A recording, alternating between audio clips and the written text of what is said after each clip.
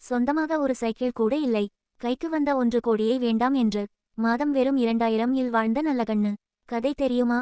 தமிழக அரசியலின் அறம் என்கிற சொல்லுக்கு உருவம் கொடுத்தால் அது முதுபெரும் இந்திய கம்யூ தலைவர் நல்லகண்ணுவாகத்தான் இருக்கும். 101வது வயதில் அவர் இன்று விடைபெற்றிருப்பது ஒரு கட்சியின் இழப்பல்ல, இந்த மண்ணின் அரசியல் எளிமையின் மறைவு.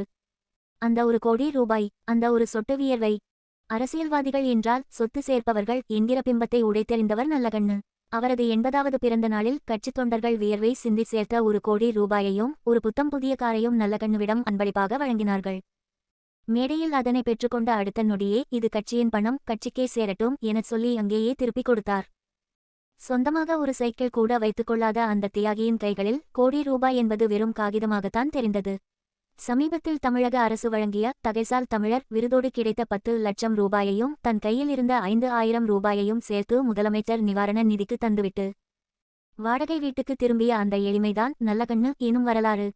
தன்னிடம் இருந்ததை எல்லாம் கொடுத்துவிட்டு கட்சியின் மாதம் 2000 பைசா ஊதியத்தில் வாழ்ந்து கொண்டு இருந்தார். மீசை இழந்த வரலாறு. போராட்டமே வாழ்வாதாரம். நல்லகண்ணுவின் முகத்தில் மீசை இருக்காது. அது ஒரு அலங்காரமல்ல, அது ஒரு ரணம். 1949 இல் நெல்லை சதி வழக்கில் கைது செய்யப்பட்டபோது அன்றைய காவல்துறை ஒரு சிகரெட் துண்டால் அவர் உதடுகளைச் சுட்டது. அந்த தழும்பை தாங்கிய நல்லகண்ணு காவல்துறையின் அடக்குமுறைக்கு அடையாளமாக இனி என் முகத்தில் மீசை இருக்காது எனச் சபதமேற்று மரணம் வரை அதை மாற்றிக் கொள்ளவில்லை. இயற்கைக்காக நின்ற ஒற்றை மனிதன். வெறும் மேடை பேச்சோடு நின்றவர் அல்ல அவர்.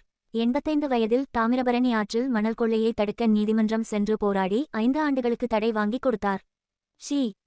டி நகர் குடியிருப்பு காலி செய்யச் சொன்னபோது ஒரு முகம் சுழிப்பு கூட இல்லாமல் பெட்டி படுக்கைகளை தூக்கிக் கொண்டு வாடகை வீட்டுக்கு குடிபெயர்ந்த அந்த நிதானம் இன்றைய தலைமுறை அரசியல்வாதிகள் கற்க வேண்டிய பாடம். பெரியார் தமிழ்நாட்டின் ஒரு கண் என்றால் நல்லகண்ணு மற்றொரு கண். கலைஞர் கருணாநிதி ஒருமுறை சொன்ன இந்த வார்த்தைகள் இன்று உண்மையாகிவிட்டன. தமிழகம் இன்று தன் ஒரு கண்ணை இழந்து நிற்கிறது. துவைத்து போட்ட வேட்டி, துருப்பிடிக்காத நேர்மை. நல்லகண்ணு அவர்களின் அறைக்குள் நுழைந்தால் அங்கே தெரிவது ஒரு பழைய மரக்கட்டில், சில புத்தகங்கள், அப்புறம் ஓரமாய் மடித்து வைக்கப்பட்ட 2 ஜோடி கதர் வேட்டிகள் மட்டுமே.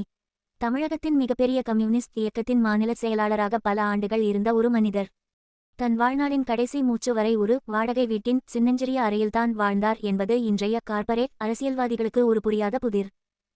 சாலையில் நடந்து சென்றால் ஒரு சாதாரண குடிமகனைப் போல பேருந்துக்காக காத்திருப்பார். யாராவது கார் கதவை திறந்து ஐயா ஏறுங்கள் என்று சொன்னால் பரவாயில்லைப்பா, சொகுசு கார் எல்லாம் வேண்டாம் என்று புன்னகைப்பார். அதிகாரத்தின் வாசனை கூட தன் மீது பட்டுவிடக்கூடாது என்பதில் அவர் காட்டிய அந்த பிடிவாதம் இருக்கிறதே, அதுதான் நல்லகண்ணு என்னும் ஆளுமையை இமயமலையை விட உயரமாக காட்டுகிறது. அந்த ஒற்றை வேட்டி மனிதனின் மறைவு தமிழ் மண்ணின் ஒரு தார்மீக குரலை மௌனமாக்கிவிட்டது. மூச்சுத்திணறல் காரணமாக சென்னை ராஜீவ்காந்தி அரசு மருத்துவமனையில் அனுமதிக்கப்பட்டிருந்த நல்லகண்ணு இன்று நம்மிடமிருந்து விடைபெற்றார். அவர் விட்டுச் சென்றது சொத்துக்களை அல்ல, ஒரு சொட்டு கூட கரைபடியாத நேர்மையை. ஓட்டு அரசியலில் தோற்கடிக்கப்பட்டார் நல்லகண்ணு. கோவை நாடாளுமன்ற தேர்தலில் பி. ராதாகிருஷ்ணனிடம் தோல்வி அடைந்தார். இனி ஒரு மனிதன் இவர் போல் பிறக்கப் போவது இல்லை. செவ்வணக்கம் தோழரே.